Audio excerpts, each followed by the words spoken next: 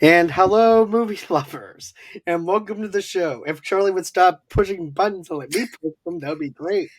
But I'm anyways, not pushing welcome to our buttons. Dexter After Show. So tonight's the night. We're reviewing episode 4, H is for Hero. Say hello to everybody, Charlie. Hello. Fuck Aplex. And now that we got our anger out, let's go on ahead and dive into this episode. So, first thing is first. This episode is called H is for Hero. And Dexter rushes to the school after everyone in town learns there was an incident. Harrison tells Dexter and Sheriff Angela that Ethan stabbed him with a knife after Harrison tried to dissuade Ethan from a school shooting he had planned. Harrison then supposedly took the knife from Ethan and cut Ethan's leg. But Dexter returns after school hours and deducts the blood at the crime scene that Ethan was innocent and Harrison attacked him first. Molly Park offers assistance to Sheriff Angela in helping her find out what happened to the missing girls in the area. And Angela tells her she became a cop because of her childhood friend's Iris disappearance. Kurt meets a homeless girl in a diner and later takes her to the cabin where the sniper kills his victims. So, we have that little synopsis out of the way. But let's just go on with the opening scene where it's from Dexter and Deb. And basically, what's going on here is Dexter and Deb's theory on Kurt. Dexter thinks that Kurt couldn't face the fact that Kurt's son is dead. Deb thinks that he wants to do his own investigation. Kurt thinks that Johnny Bullhorn uh, murdered Matt for killing the deer, and Angela is protecting Johnny and gets Angela to close the case uh, and wait for things to cool off. Kurt kills Johnny. Kurt goes to jail, all because of Dexter. One Once the small town cops are out of the way, Kurt realizes it wasn't Johnny, so Kurt keeps digging to Matt's real killer, which is Dexter. So that's the little thing that Deb worked out in her little police investigation between her and Dexter and everything of her thinking like a cop versus Dexter thinking like an analysis, a blood analysis person. But I like that theory of two different theories going on and figuring out what is Kurt's game, what's his level of thinking when it comes down to him shutting this case and stuff like that, and what's his motivation. Because I even pointed out on last week's show, I said Kurt would probably want to go ahead and close the case too. That way, things will cool down a little bit, and it will bring less focus on him, and therefore he could probably do his own investigation. But what did you think about how that was played out? I liked it. I mean, it was nice seeing Deb not be a bitch to her brother. Like, and that, like, she's doing her detective work, and the theory makes sense. So, like, this shows you that Deb was a good cop. She was good when she wasn't in a relationship where she always had relationship issues, or she's always drinking or whatever. But she was like she was a good cop, and that cop that like she still has that detectiveness in her, and so she was able to figure it out, and it makes sense because the Matt's dad is a killer, so he's trying to like get people to like feel sorry for him, so then he can go around killing again, and it definitely shows later in the episode, and it's my theory was that I thought was wrong actually is actually pretty is spot on. So, but we'll get in that in a bit. But yeah, I liked it. I like Deb was actually being helpful, not classic Deb and just like attacking her brother every second you get, or her laughing at her brother when she's like, you really think you're gonna get away with this? Like her having a good time. No, she's actually helping him, which was a start. Right. It starts off like that, but then she changes tones a little bit Easily. within the middle of the episode. But seeing her help Dexter and analyze the situation and doing the investigation, and it makes sense for Kurt because Kurt can go on ahead, do his own investigation, make things really easy for him to do his own investigations and let it be tied over to Dexter to lead the thing over to Dexter. Also, too, another thing I want to mention is this. Uh, he, like I said before, of course, Kurt's lying about the fact that he FaceTime Matt, and he goes over to the police station, and then of course Angela's asking Kurt all these questions. So everything that Deb is laying out in front of Dexter is actually being planned in motivation onto what she's saying, because Kurt goes over to the police station. He talks to Angela. Angela is asking him all these questions. Like, for example, she winds up saying, well, I'm glad that your son is back and everything, but that doesn't explain the fact that he got injured with because of the deer, and there was somebody else in the woods. He goes, did you see any like other kind of injuries? He said no. I didn't see any injuries on him. I was just thankful that my son is alive. I didn't even think about asking him if he's even injured. That was like the last thing on my mind. I'm just thankful that I got to see my son. And then she said, "Well, you do know that he still killed a white deer on Indian reservation. Well, I'll pay the fine. You know, I'm good for it. I can pay it." Because that's not the point, Kurt. The point is that I want to shut this case, but I can't shut this case because of the fact that I can't get in touch with your son, because all I've been getting is voicemail messages. And so happens to be he winded up giving you FaceTime. He winded up doing FaceTime with in you, New York, suppose. in a Right, in hotel New in New York. York, and yet nothing. And then I think the other interesting is when the officer Logan comes back after his little flirtation with the true crime podcaster. And like, yeah, we Yeah, checked his Molly. cards. Yeah, we checked his cards. Yeah, nothing's that. So you kind of know there's flaws in the story, like like, oh, he paid with cash. Well, then it would pop up like there's a lot of flaws in Kurt's story, and it's pretty obvious that Kurt's lying. We just want to know why, because we already saw Dexter, LeBron James him. Like, he turned he turned Matt into LeBron James with the ashes, like everywhere. And that's literally what he did. He put him in a furnace. His body's all over the town in ash form. So the kid's dead. He ain't speaking to anybody. So there's a lot of flaws, and they're just trying to get to the bottom of the story. So Kurt wants the story like done, but it's not done. No, because even Angela tells one of the police officers, I need you to go on ahead, do a check on Matt's credit cards and see if there's a paper trail in his credit cards and stuff like that. So he winds up doing that. We wind up seeing Molly, like you said. She's the podcast investigator, which is something I want to mention real quick. I'm glad that they are mentioning at least podcasters in general on how quick things have changed over the 20 years of Dexter being away from doing this thing, and now we have podcasters and doing investigations and stuff like that. So I like the fact that they opened the door for that, and it gives you a lot more to play around with. So I do appreciate that. She's Um, very openness. Like, oh yeah, oh hey Logan, yeah, we had sex, we hooked up. Like, she was just nonchalant telling his boss, yeah, we hooked up. It's no big whoop. I'll see you later, Logan. It was just the okay, nonchalantness of it. I was like, okay.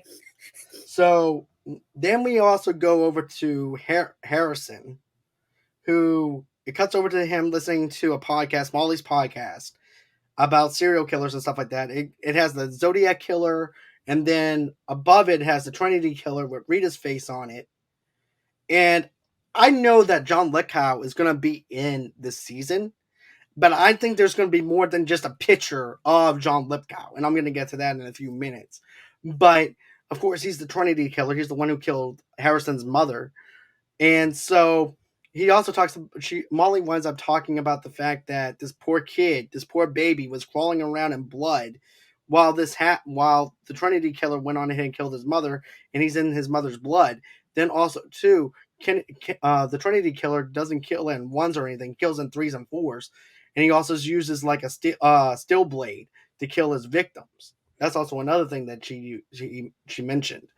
And Harrison's just putting, you can definitely tell in his eyes that he's trying to put things together and stuff like that of what might be true, what might not be true, of certain things that might have been said in his past.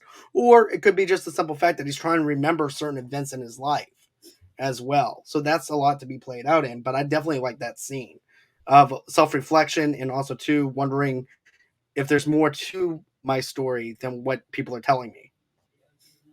Yeah. Before we get into that, I want to like mention like like towards the beginning. I also like the end, like the talking with between Dexter and Harrison right before he goes to school. He's like he made the wrestling team, and he says fuck Nuggets, and he goes, oh, your aunt Deb said that.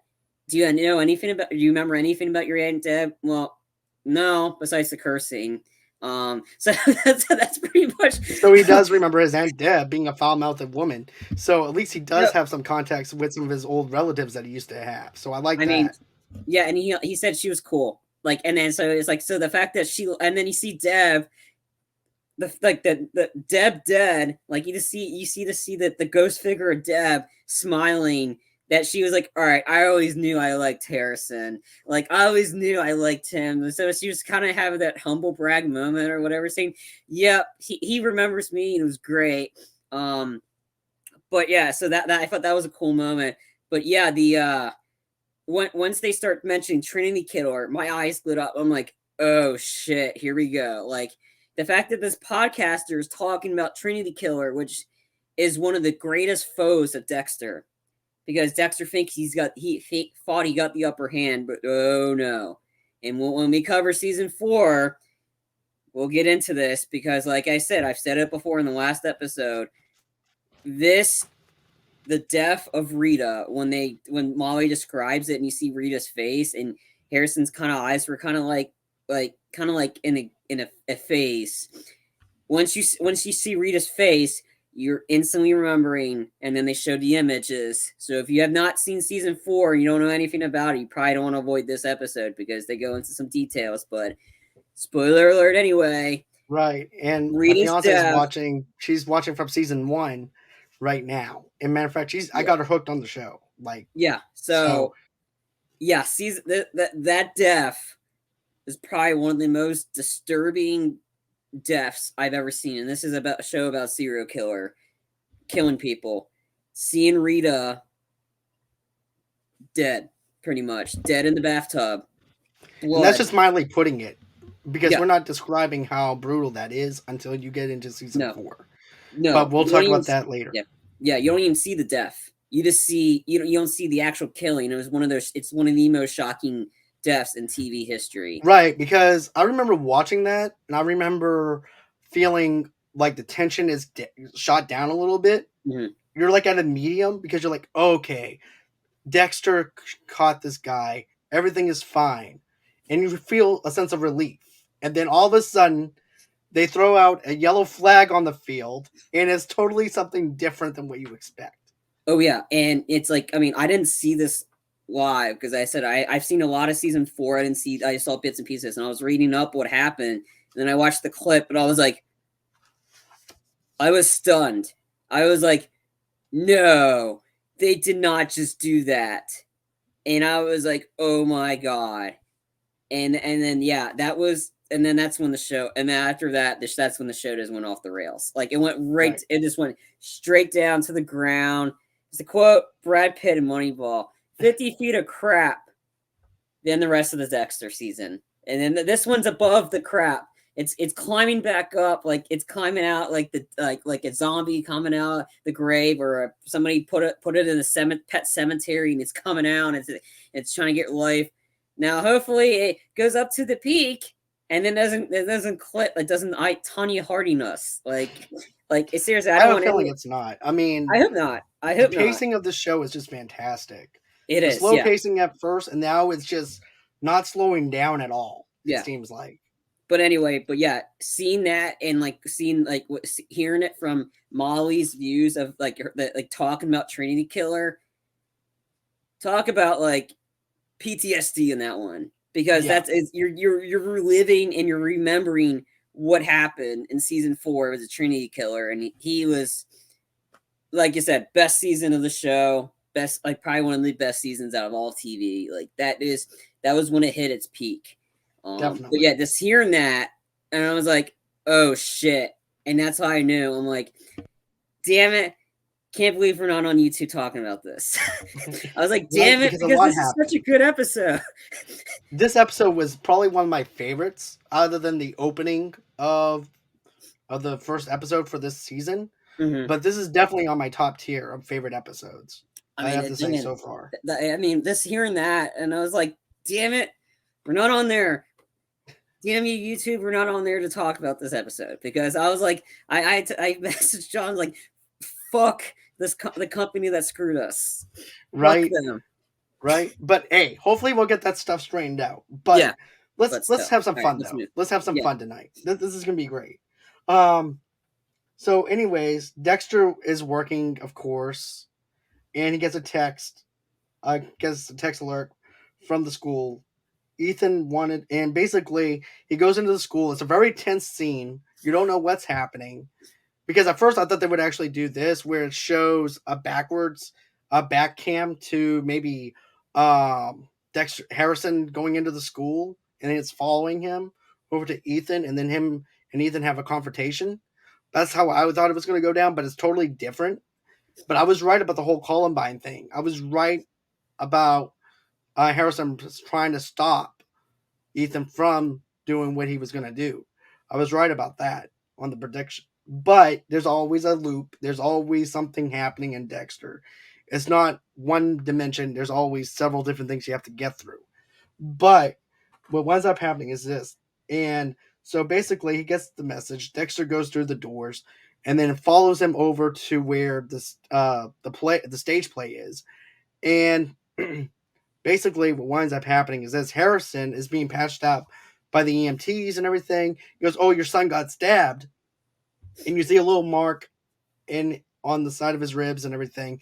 Then also too, before Dexter even gets inside there, you also see a little small scene with Ethan passing through, which is he happens to be on a stretcher, and Dexter happens to look down, and of course, Ethan's legs bleeding out, and so once that actually happens, the police officer is asking Ethan, not Ethan, but Harrison, what happened? What's going on? And so basically, he said, I tried to stop Ethan from shooting up the school because he was going to kill people. And next thing I know it, he winds up coming at me with a knife. And then, of course, that's when I defended myself and I stabbed him. And the next thing you know it, I see blood coming through his pants. I didn't mean to stab him that hard. I'm sorry that I stabbed him. And I know he was bleeding really bad. And then he's like, well, where's the knife? Well, next thing you know it, the cops are looking through Ethan's bag and they wind up finding the Punisher drawings that Ethan's done, where he wants to shoot up people. Also, to a death list of people that he wants to kill and things like that too. And then you're thinking that Harrison's the hero and everything because he prevented something from happening, and then you wind up finding something else later on. But I like how that scene is set up. Hold on one second. But I like how that scene is set up because of the fact that it's a whole different misdirection in the show. And also too, I was whenever I first saw the stab wound, I'm like, that's mighty small for him to be really threatened by a knife. I was thinking, what's the size of this knife? What does this knife actually look like for it to be that small? And I'm also going to get into the part where Dexter's looking at the pictures of the knife and everything later in a few minutes. But what did you think of when Dexter's going through it? I mean, I thought when the trailer is okay, I figured Harrison would be a hero. He'd stop Ethan. I mean, we predicted this in our third episode. He'd stop Ethan that. But then when Dexter's questioning him about the knife, I was like, huh. I was second, like, wait. I was kind of guessing, like, did Harrison did this on purpose? It's kind of like a fake wound just to throw off. I had a feeling that Harrison was that kind of a guy because he liked Ethan, but did Harrison throw him off? Like, did Harrison like literally like trying to like he channeled his like he did something what Dexter would do is like he tried to nick himself on purpose because he planned like it was like was it like he did this on purpose or that I don't know. I was second guessing. I mean Harrison isn't such of a ain't like a Halo person Right, or a we look up hero. to. He isn't a hero. So everybody's looking up to as everybody thinks he is. So I was Well, like, another thing too is I even said this to you. Remember when we were texting back and forth? yeah, I said, yeah, there is a good chance that not Ethan, but Harrison probably stabbed himself on purpose and also stabbed Ethan before he even got a chance to do anything to prevent the shooting from happening. Because he needed an MO, he needed some type of motivation to stab him. So I'm thinking maybe he stabbed him in the leg to prevent him from doing further damage and just sidetracked Ethan altogether. And therefore, he needed to go on ahead and do self defense by saying that he got stabbed. And I'm thinking that's what happened. And it prevented Ethan from doing any kind of damage to the school. That's what I'm thinking because Dexter would have done the same thing. He would have actually figured out a way to, even though it might be screwed up, but in Dexter's mind, though, he's going to try and figure out a way to save somebody else's life. So I'm thinking that Harrison went on ahead, did that so he can save his peers from the damages that Ethan would have done. But what do you think? I don't know. I mean, the thing with the like just thinking about it now with the gushing of the blood, and then once we see the blade, I remember, yeah, I remember a lot about what the Trinity Killer's MO of the way he killed his people by nicking them in an artery in the leg, like on purpose, and just letting them bleed out. That's and then in this scene when he mentioned a lot of blood on Ethan, we'll get into that in a bit. But again, I don't know. I think the thing is, this is that we know of. This could be Harrison's first kill, in a sense, or first attack, because and usually Dexter's first one, it was always bloody. It was always a mess. He'd get everything that, and it took him a while to get into that again. And then again, Harrison just listened to the Trinity Killer, so I'm pretty sure what they intentionally probably didn't let us hear was how the rest of that podcast went. So I'm pretty sure Molly wanted the exact details of how the Trinity Killer, killed his victims and what weapon he used, all that kinds of stuff. I think the studio, like I think the creators of the show intentionally left that part out to keep us guessing and to figure out to think, and we'll get into that in a bit for your theory. But I don't know. It's hard to tell. Like it's hard to trust Harrison because like Ethan was his only friend, and yet when he went to go see his only friend, Ethan's parents were just they said Yeah, I you should wanted have to come talk with. about that too, about that Yeah, scene, we can get into that in a bit, but it's just because in yeah, one way yeah. I feel bad for Harrison in a sense because it reminds me of Dexter with the damage that Dexter does, even though he has good intentions based on what he thinks is good. But we'll get into that in a few minutes because there's some stuff I really want to talk about with that. But But I mean, again, with the plan, I don't know. I don't know if Ethan was really going to go ahead and kill those people. Again, it could have been a theoretical list. Again, I don't know. but And even a and theoretical list, it still yeah, sets up with the code of being evil, which is something that Harry always told Dexter for people to go after. but yeah. And then again, we don't know, like, because I know that the Angela's daughter or stepdaughter was on that list, and we don't know like Yeah, exactly Angela was what's. on there. Yeah, Her, I think it was her Audrey. Yeah, Audrey Audrey was. was on there. Yeah, I was zooming in on the TV. yeah. Her name's on there. Yeah, I meant I don't know what she did to Ethan to Mm. make her on that list because she always hated those guys.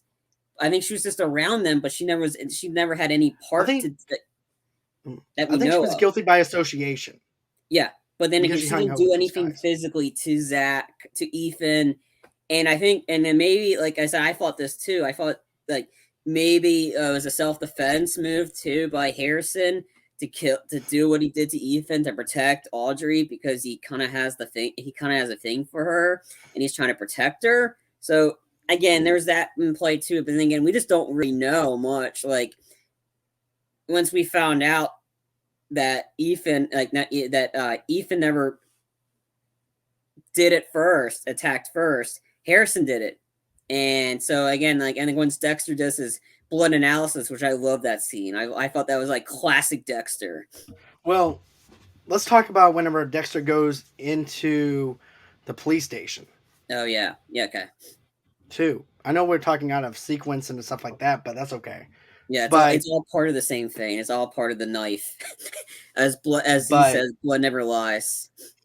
right. Well, Dexter's looking at the knife and he's looking at the guns. And Angela said, "Really, you shouldn't be in here." He goes, "Well, I might have sold his dad these guns, which could link the store to Dexter selling these guns and even the knife for that matter. But if you look at the cuts printed on the investigation board, that knife is too small to make that kind of incision on that leg. There's no way that blade is that can do that kind of damage. I'm thinking that Harrison stabbed himself with a small blade, and we're gonna get into what kind of blade in a few minutes that I think that he stabbed him with.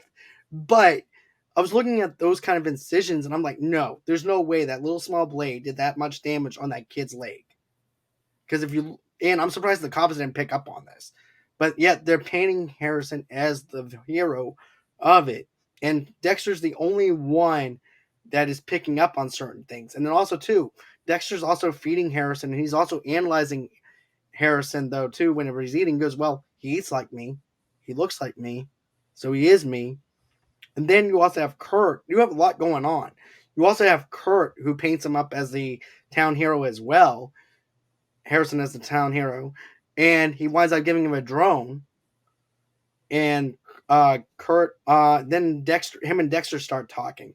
But I like the little context that Dexter said was this to Deb as Harrison's walking out. This is back whenever he was healing up from the incision from that little wound that he had, and he's watching him, and they're talking about Kurt. They're talking about Harrison, and and then this is what he said about Kurt. He said Kurt is nothing like me, and then we find out later on that that there is two different faces to everybody, regardless of what the person might be.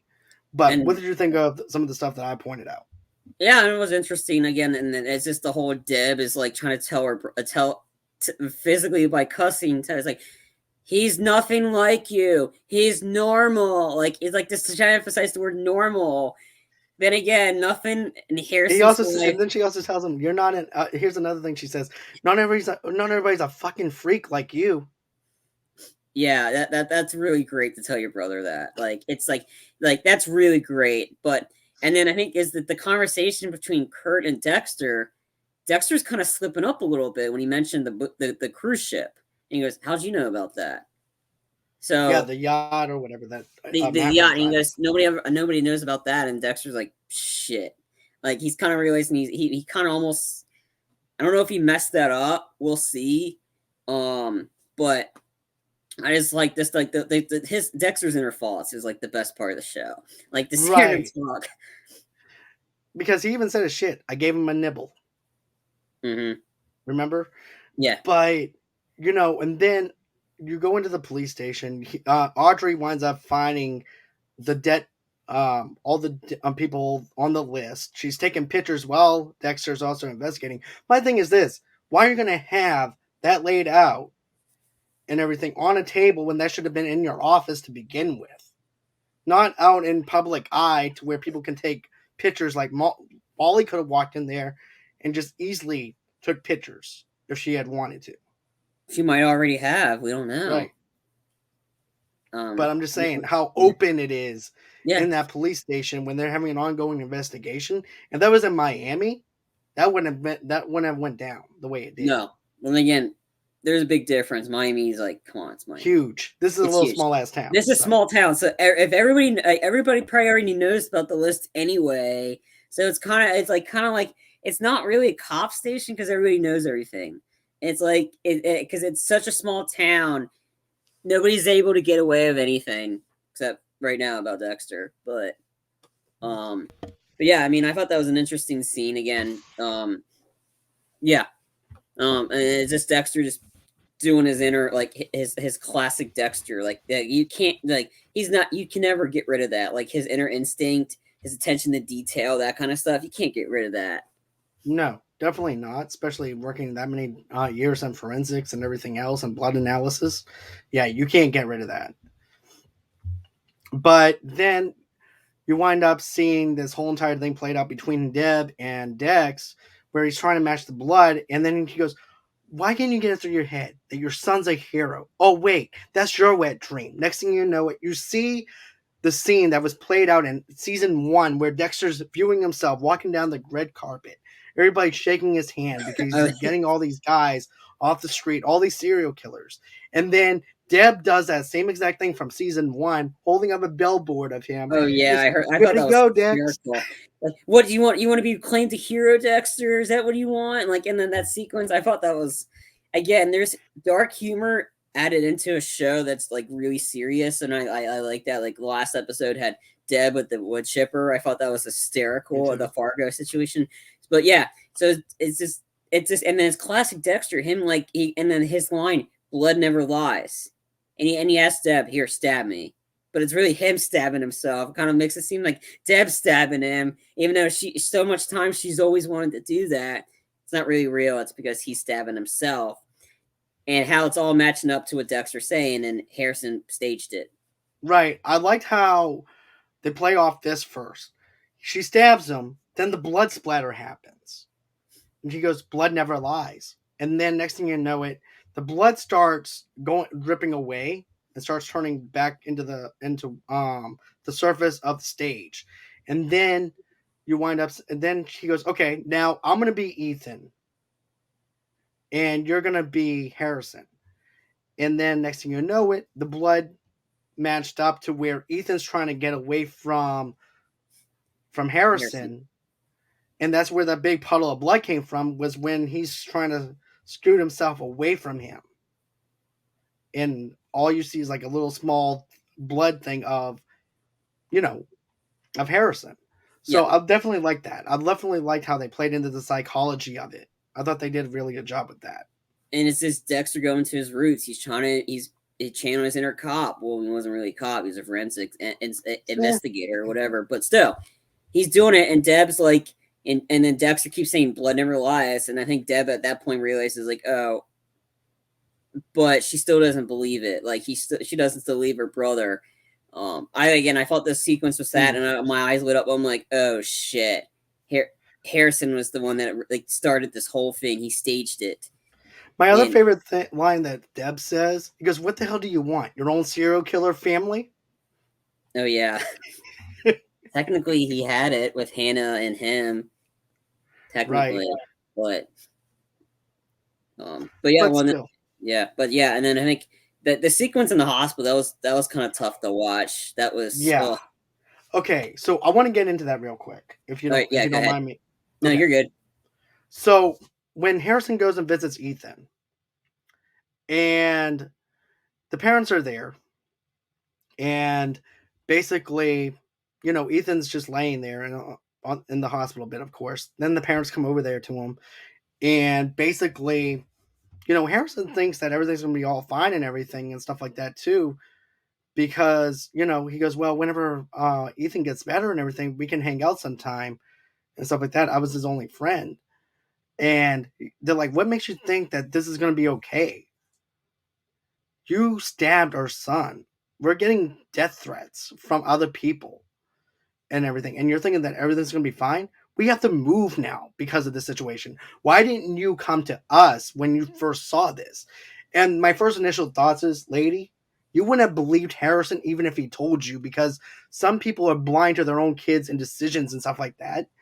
They wouldn't have believed Harrison over their own son. That's just the way how some parents are, you know. So Harrison did what he thought was right at that time, which allows me to think that he did that to save the kids at the school. He sacrificed his own self, his own body, to save the school. And even though Ethan is telling the cops that Harrison came after him and everything, but in Harrison's mind, I believe that he paints himself as the hero because he stopped something from tragic happening. Then the father winds up saying, "Look, I appreciate you coming over, but do not come see us anymore." I'm like, okay, so I just felt bad for Harrison at that time. But what about you? Yeah, that was hard to watch. Harrison was trying to pay his respect and like to see him because Ethan was the only kid that he actually liked hanging out at school besides Audrey. But still, to have the parents like again, I don't think they would have believed their son. Like they probably would have they wouldn't have believed him. Like they'll say, oh yeah, they'll send him to like therapy about those killers. Like again, I think there's a lot of stuff Ethan's probably keeping deep inside himself because he feels ashamed to he wants to kill these people because I think his parents seem like bullies themselves. Right. So and he might be who knows he could have been bullied by his parents again. We don't know, but to have the mom just be like, why don't you come to me and like you just said, John, there's no way she would have believed Harrison. No way, especially a guy that just started. Like just started. And then again, I think Ephraim probably talked about him a lot, but still, there was no guarantee the mom would have believed him anyway. She would have No. called him crazy, and she'll have him like she'll probably would have had the cops after Harrison and blame it on him for giving her son these thoughts of trying to There's no guarantee this was going to work out in their favor. No. So and then it's the rip on Harrison for stopping a potential murder. Then again, that we don't really that was staged. Again, I don't know. There's so much we just don't know. But Mm.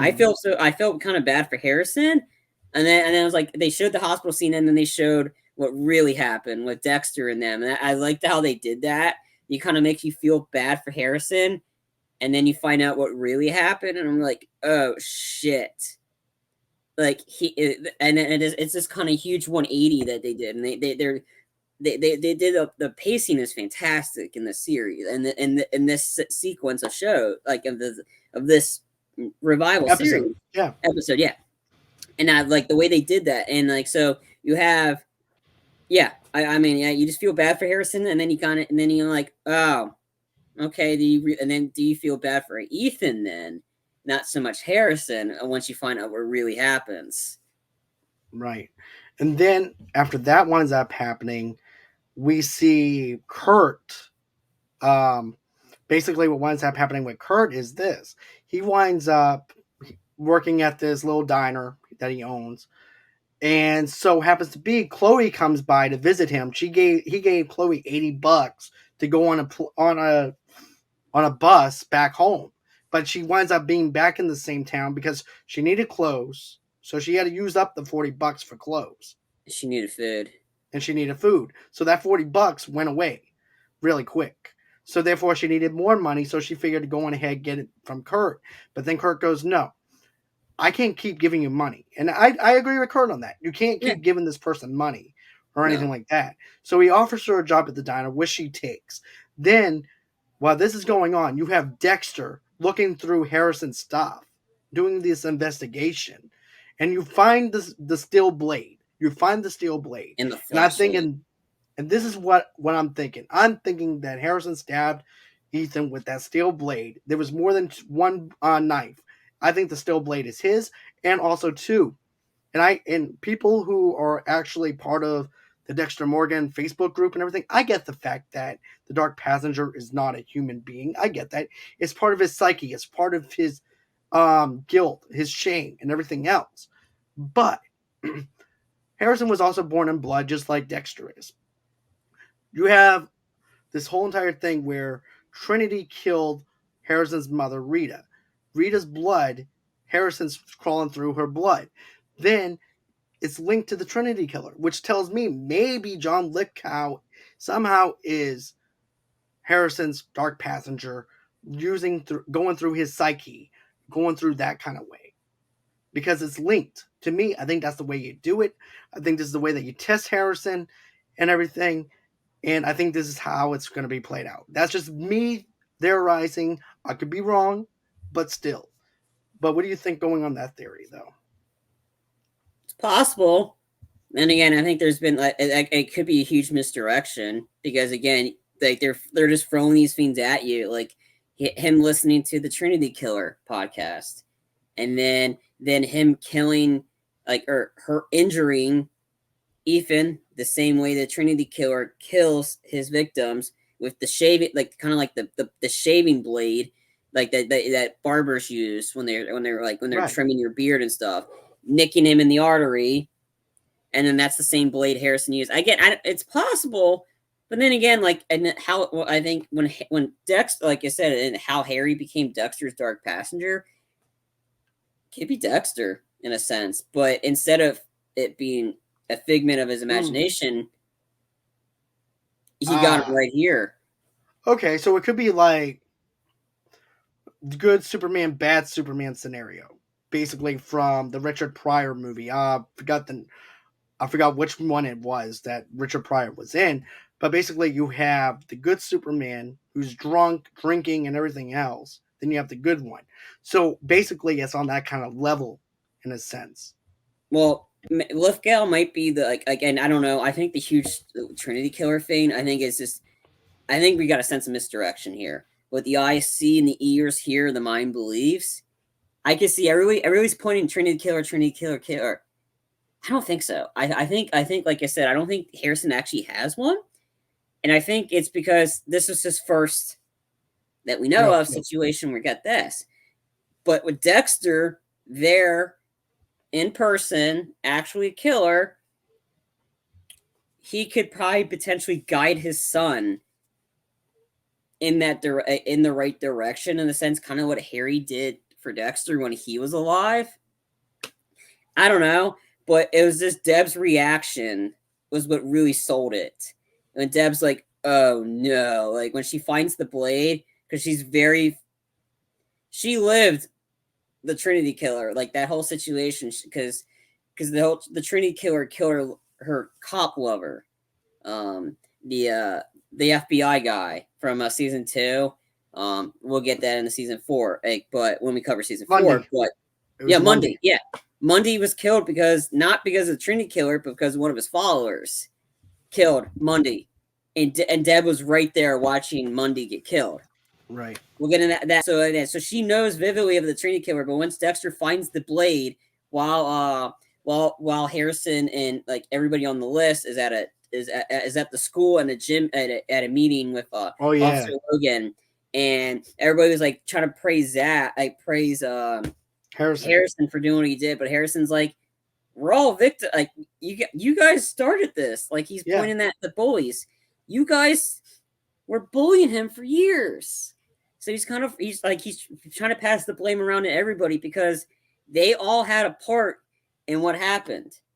If they didn't bully the kid, none of this probably would have happened. exactly. And I like how while this is going on, you have Kurt also going through the woods with Chloe, and then you see the cabin in which the serial killer that killed all these runaway girls and everything, that's the same cabin. That's the same cabin. Kurt is the killer who's been doing all this. And so he gives Chloe a place to stay so she can work her money, so the way she can have money in her pocket to work at his diner. Conveniently, he has this little small cabin in the woods. Yeah, okay. I But don't know. I I don't like know how if she, Harrison said this. oh, sorry. Shoot. I wanted to add on to the Chloe thing. I don't think she what I don't think because I think that the past few girls we didn't see them work at the diner. They're locked in that room because they didn't let them out until they pressed the button to let them out.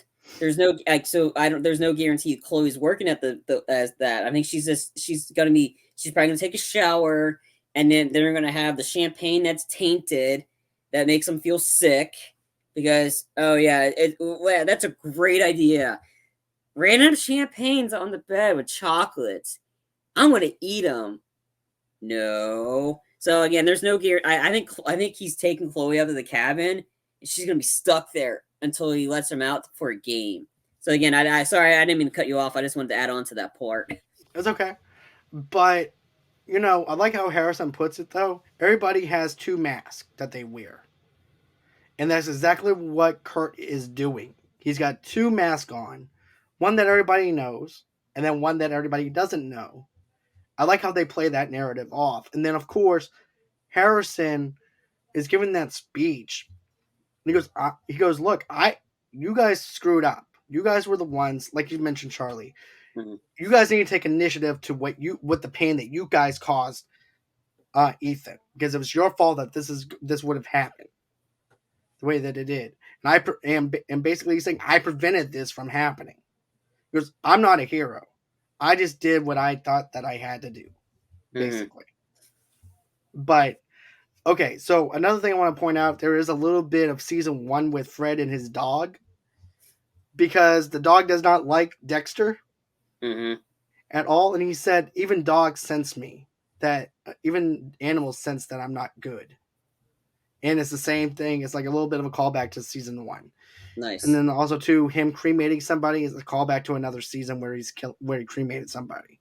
Yeah. But I you do know, want to point out, again, after every episode, there's a promo. The promo for the next episode is very intriguing. It shows Dexter's asking, like, is confronting, essentially trying to get Harrison to admit that he killed somebody, or not kill somebody, injured somebody that way. And so Dexter can, teach him the ways. And then you see Harrison partying and stuff. And the one thing that got me like, oh shit, you see Dexter killing, he's about to kill somebody again. And he goes, you've lived long enough. And you hear the kid, yo, no, I don't want them to kill Harrison. I think it's too soon for him to kill him. And I think what you'll probably say, John, is like, it might be a test, kind of what he did with Hannah, about how he was about to kill her and then they end up having sex. And they end up being lovers right on his right. table. Because I'm thinking it's a test. I'm thinking it's a test. It's like light side, dark side kind of thing, basically, is what I'm thinking. But that's going a little too far into Star Wars. But still, I'm thinking that Dexter is trying to test Harrison in a way to where he's like, look, what you're doing is wrong. I need to teach you the code and teach you the way to do it. But my question is this: remember when Dexter says, I think he's experimenting, or he's trying, or Mm-hmm. something is a part of the code. What do you Yeah. think is part of the code? Was Ethan part of that code, or was the code uh, differently than what Dexter has? Could Ethan potentially be like his version of a mercy killing, but it wasn't a mercy killing; it was a mercy save. I think So it's so. I think it was. and it That's what I'm seems like, saying. I think it's a mercy yeah, save. potentially, like, I mean, then again, Ethan's life's screwed. I mean, it's screwed up. Like, it's screwed from now on.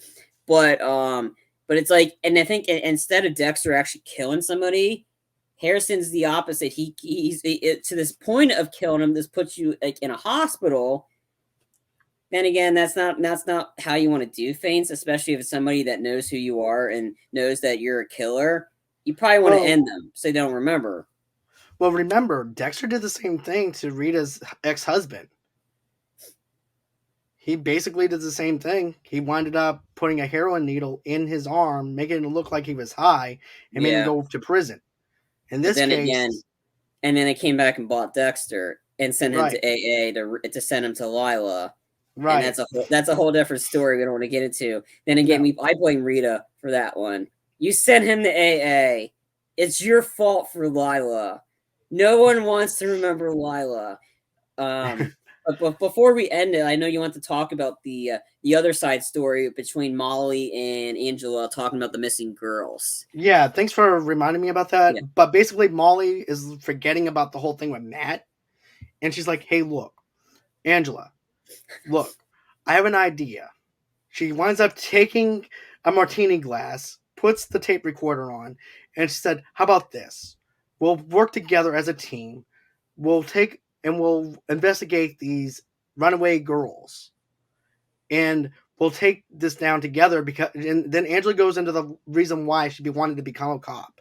I Mm-hmm. love the motivation as to why she wants to become a cop. Basically, she has this friend named Iris. Iris winds up disappearing, and then she becomes like a runaway. Everybody's like, it's not no big deal or anything like that. She's a runaway. These kids are runaways. But when it came down to Kurt's, and I like how they do this, Kurt was like, I want to look for my son again. Then those townspeople are like, wait, so anytime when it's revolving your son and everything, we have to look for him. But because of it's our kids, oh, they're runaways. You know? Yeah. So So Angela and Molly do wind up teaming up. She says yes to her because she Yeah, wants to get to the bottom of the fact that, that the to her friend's disappearance and why she yeah. wanted to become a cop. So I thought that was a beautiful thing to see, to be honest, because I was always wondering about Angela's motivation as to why she wanted to become a cop, and now we actually have the motivation behind it, and I like it. I thought it was funny. She just comes in there. She's drinking alcohol in front of like she's like making her up her own drink and then chugging it. And she's like, "Oh yeah, I got a bunch of followers. They're like semi detectives. They're able to help me pinpoint these exact locations." She has like followers around the world. She has like over 200,000, I think, and they're able to figure out the one runaway. She's fine. She just needs to get away from her abusive family, and she's in New York. Right, So that seems to be a key. That's the second time this episode they mentioned New York. I right. wonder if that's where if this is where this is going to go I'm because thinking they, Angela is going to go out of town for a while Mhm. and go with Molly. Yeah, to New York, I And while think. that's happening, Kirk can do his investigation on Dexter even more. Yeah, but the thing that I keep remembering, New York. New York's been mentioned so many times just in these last four episodes, but at multiple times in this episode they mentioned New York. So I think New York's going to be a big key here of where I think this is gonna go. And then but yeah, and then she's like just puts on the tape recorder. She starts chugging down her drink. I thought that sequence was funny, and I think Jamie Chung, she's the actress that's playing Molly. I think she's perfect for this role. I love Jamie Chung as Molly, to be honest with you. She has that lightness about her. She's a podcaster. She has this attitude about her and everything that's just, to be honest with you, she's pretty much a light to the darkness into this world of Dexter in a Yeah, sense because she's of not how just a she pretty is. face. So if they've cast No, somebody, a blonde person, a blonde girl, and she's wearing like this all that outfit, she wouldn't be as believable as this person. well, Yeah. well, on this new season of You, we wind up seeing podcasters, Hmm. Instagram people who are on Instagram and stuff like that, and they're making the analogy of how fake people are within Hmm. the California aspect of it. And with this one, they're not doing it that way. They're looking at how smart Molly is. And that's Yeah. something I appreciate, and how real she is, and how much she wants to do the investigation, how passionate she is about investigations. So that's what I like about her. Yeah. We'll see where this goes. We'll see what Molly's true intentions are because again, everybody's got two sides. Yeah, So definitely. yeah, So I'm really excited. I mean, we're almost at the halfway point. We're not even yet, but I'm interested where this is gonna go. And like I said, I think I'm glad it's 10 episodes so we can get right to it. So yeah, I'm really intrigued at where this is gonna go. I agree. So, with that being said, guys, that's going to do it for our Dexter episode 4 review. H is for Hero. I hope everybody enjoyed this episode as much as we love talking about it. But here's another thing that you guys can do. You guys can go on ahead, subscribe over to YouTube and everything. We do YouTube videos. We're still doing them. It's just so happens to be we're doing our Dexter reviews on YouTube for now. And we're doing our Hot Guys stuff on YouTube, on Facebook as well, because we're actually suspended for 2 weeks because of a false claim on our channel Some right now. bullshit thing. Right. So we're trying to go on ahead, give you guys some content, even though we can't go onto YouTube right now. But we're still trying to give you guys some content anyways. So hop on over to YouTube, go on ahead, subscribe over there. In 2 weeks, we'll be back where we belong at our home at YouTube. For now, we're actually doing this on Twitter and on Facebook as well. So go on ahead, smash that like button, smash that subscribe button as well. Also, too, guys, if you guys want to subscribe to, want to donate $5 to $10 to our show, you guys don't have to. But if you would like to show us some love, all you do is go to www.gofundme.com/movie lovers podcast. Donate $5 to $10 over there. But simple like, a simple share, a simple subscribe goes a long way for us at Movie Lovers Unite, and we do appreciate that. But if you're a sponsor and would like to be on the show or anything like that too, you guys can go ahead, email me at movieloversunite@gmail.com. Then, of course, you guys can follow me on Twitter and on TikTok underneath Movie Lovers Unit. But on TikTok, Movie Lovers Unit 0. That's where you guys can go in and find me over there. Of course, on Instagram and on Facebook at Movie Lovers TV Lovers Unite, and on Pinterest as well, underneath that same brand name. Thanks again, Charlie, for joining me. It's always a pleasure to do this with you. Tomorrow night we're doing our first two episodes of Hawkeye, and then Friday we'll be doing episode 3 of Hawkeye at 8 o'clock Central Time, 9 o'clock Eastern on both. Um, Pretty much what Twitter we're and gonna do is, Facebook. yeah, it's all gonna be on Facebook and on Yeah. Twitter and all that other good stuff. We'll upload whenever we get in the clear. We'll upload the stuff to YouTube. Yeah, that's gonna be We're a just long not taking process. we're not taking the chance at this point. Yeah, until they get it all get their shit together. To quote Rick and Morty, get your shit together. And if you happen to be joining us, go on ahead and check out the audio only podcast about Eplex, and then also too we also did a Eplex or video whatever the hell review it's of called. Eplex as well about what they're doing to us. We're not going to go into detail on what they're doing to us tonight or anything like that. This is supposed to be a fun episode, so go on ahead and check that out. But of course, guys, for audio only podcast, go on ahead and check us out on Good Pods. That's like social media for podcasters, or if you're into just listen to podcasts, go on ahead, rate us on Good Pods. Give us a 5-star review if you guys want to. If you guys don't want to, that's perfectly fine. But rate us, tell us what you think of our episodes, and it also helps us out with our rankings. And also too on Apple Podcasts as well. If you go on ahead and rate us on Apple Podcasts, it helps us out with our ratings as well. So go on ahead, do all that stuff. Always until next time, guys. It's been fun. It's been real. I can't wait to do this again. Thank you again, Charlie. I do appreciate it as always. And bye bye.